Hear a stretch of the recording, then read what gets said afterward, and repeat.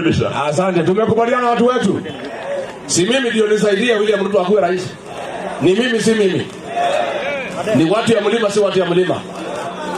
Akatutenga, akatusaliti. Akasema hana haja na sisi. Sasa sisi tumeamua vile tulimsaidia tutapeleka yeye nyumbani. Ndio? Mimi nilimuuliza hii wakale walikupigia kura watakula siku gani? Anasema yeye kama Ruto amekula, Murkomen amekula, Faruk na Sudi atuwakale wote wamekula. Kuna kitu kumekula nyinyi? Si mnaumia kama Wakenya wengine? Yeye pale State House amefungulia watu ya mlima. Wakienda huko kila mtu 10,000.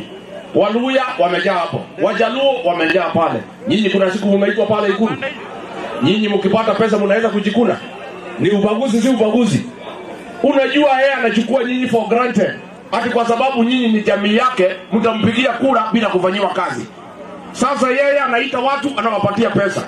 Hii pesa imeibiwa.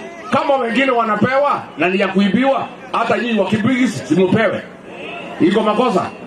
Si kwake ni hapa Kirigoni. Simutakatia hapa. Aite nyinyi pia mpatie ile pesa anapatia watu wengine. Mimi lazima nitetee nyinyi. Simulimpigia kura. Mimi nitakuja tuongee maneno. Mnataka nikuje? Tutangaze mkutano. Mtatengeneza muziki. Mtapaka maziwa. Mimi nawapenda sana watu ya Mulot, nyinyi ni wangwana na mtakuwa na sisi kwa serikali mpya. Na msikuwe na wasiwasi, mtu asidanganye nyinyi ati mtatengwa. Nyinyi ni Wakenya wenzetu na nyinyi ni watu wangwana na mimi namuelewa na tutahusisha nyinyi kikamilifu na mimi nataka muingie chama cha DCP. Mtaingia DCP? Wacha nione watu ya DCP, watu ya DCP. Nikisema DCP unasema sikiza ground. DCP na mkuja mchukue tikiti ya DCP. Ile ya UDA imepewa wabunge wale wako kwa viti tayari. Hapo mtachinjwa. Mtakuja?